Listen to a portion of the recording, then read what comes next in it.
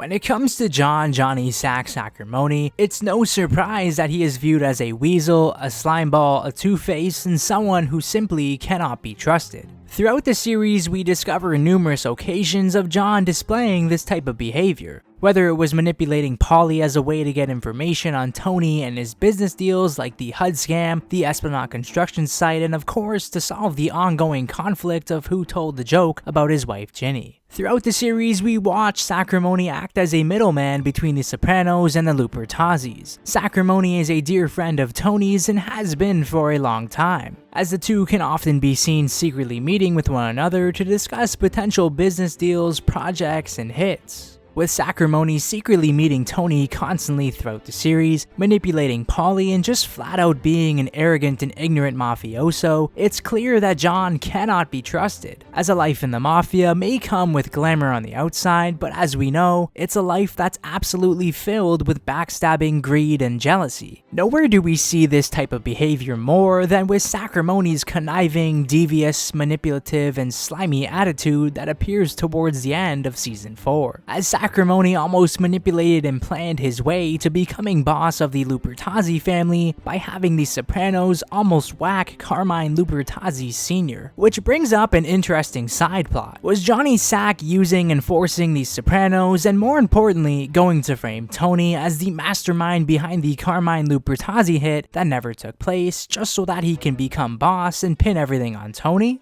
Before we get started, be sure to click subscribe and click the bell to get notifications on all upcoming Soprano videos. Oftentimes, mafia families tend to do business alone, and in some cases, they work with other families. With Tony's HUD scam, they took worn down properties and bought them for around $125,000. Then Victor, their appraiser, appraised them for way over the actual value, and in this case it was for $300,000. These phony appraisals then went to the United States Department of Housing, stating how these houses on Frelinghuysen Avenue will then be converted into low-cost housing for working families. Once there's a guaranteed mortgage, Maurice would then cut a check for everyone and everyone would make a large profit. However, this is not the case, as Carmine and John didn't make a large profit at all, as Tony didn't involve John or Carmine despite both families sharing Assemblyman Zellman. We see Sacrimoni become jealous of the Sopranos and Tony because of this scam. We see this in episode 11 of season 4, Calling All Cars, as Sacrimoni and Lupertazzi feel betrayed by Tony for not informing them about the phony appraisal scam, which ultimately made them millions. Because of this, tensions rise between the Sopranos and Lupertazzis, as it occurs to Tony that possibly Polly is the mole who is feeding John all of this information. As a result, Tony heads down to Florida to meet with little Carmine in order to resolve this problem. During their meeting, Tony states how Carmine Sr. was way out of line by stepping onto Tony's turf, tried to recruit Maurice, and laid a beating on his appraiser. It's here where we see the first thoughts of Soprano considering going to war with the Lupertazzis.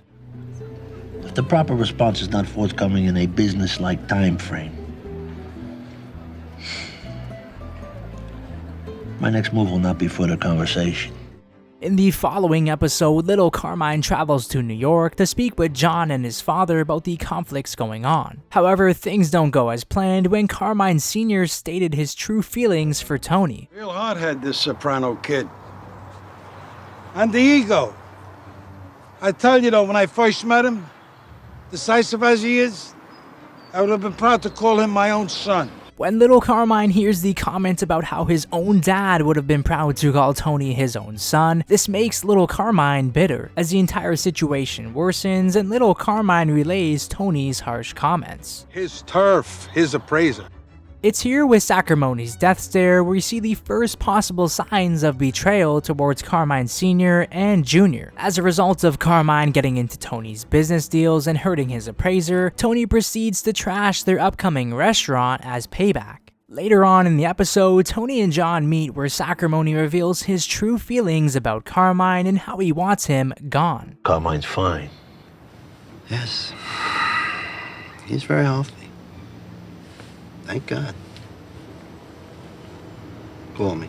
It's here where Tony realizes that John is trying to take out Carmine as a way to become boss. In the season 4 finale, Whitecaps, John and Tony meet again, and it's here where John seriously proposes the idea of taking out Carmine, and Tony unwillingly accepts by having all future construction projects go 60-40 in his favor. John's motive for taking out Carmine comes from greed, and his reasoning is money, as Carmine has major incomes beside construction and John does not. John even says that Carmine's actions lightens his own pockets. And let's not forget how Lupertazzi could not have cared less when it came to Ralph's joke about Ginny, and how earlier on in the season, Carmine was the one who wanted to take out John. Throughout the episode, we watch as a game of cat and mouse unfolds between John, Tony, and Carmine. When Tony is ready to take out Carmine, John passes along to Tony that he's finally ready to settle with a negotiation. We see just how two-faced and snaky John is, but also Tony too, as the two compliment Carmine, but at the same time, they both secretly want him gone.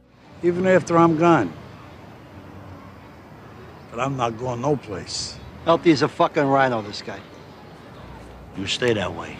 Towards the end of the episode, when Tony tells John that he's out on whacking Carmine, we see just how angry and disappointed Sacrimoni gets when hearing this news. We see that John seriously wants Carmine out of the picture so that he can become boss and become more financially stable. It's clear to see that John was going to frame Tony, and here's why. Whacking Carmine Lupertazzi Sr. would have resulted in John taking over as boss, instead of little Carmine, Carmine's own son. It's almost as if this situation is very similar to the real-life whacking of boss Paul Castellano, which resulted in John Gotti, the mastermind behind the hit, eventually taking over the ranks and becoming boss. By having Tony and the Sopranos take on the hit of Carmine, John and everyone in New York would pin everything on New Jersey if anything were to go wrong. If Tony and his crew were to pull off this monster hit of taking out a boss of the 5 families, they would need approval from the commission, where all 5 families would agree on taking out Carmine. However, in this case, this isn't happening at all, with Tony meeting with John and John only and not meeting with any of the other families. This would also have resulted in all 5 families turning on the Sopranos and Tony by having most of his crew killed for not getting approval. When we last see Tony in season 4, he puts on a baseball hat when he leaves the house. This is something that we never see Tony Soprano do at all throughout the show. But his reasoning for this is that by Tony wanting out of the Carmine hit, he could potentially be worried that John is now targeting him instead of Carmine. A lifestyle in the mafia is full of greed and jealousy. A situation like this one happens all the time. We see the backstabbing and constant lying throughout the series, whether it was Ralph and Tony covering up Jackie Jr.'s stupidity and awful mistake of robbing the card game by saying how he got involved into drugs and drug dealers, or how Ralph mysteriously disappeared from Tony's crew. But what makes this situation so much more interesting is that it involves taking out a boss of the 5 families. Do you think John was setting Tony and the Sopranos up with the Carmine hit? Let me know down in the comment section below. For more Sopranos themed videos, keep it locked here, right here on this channel.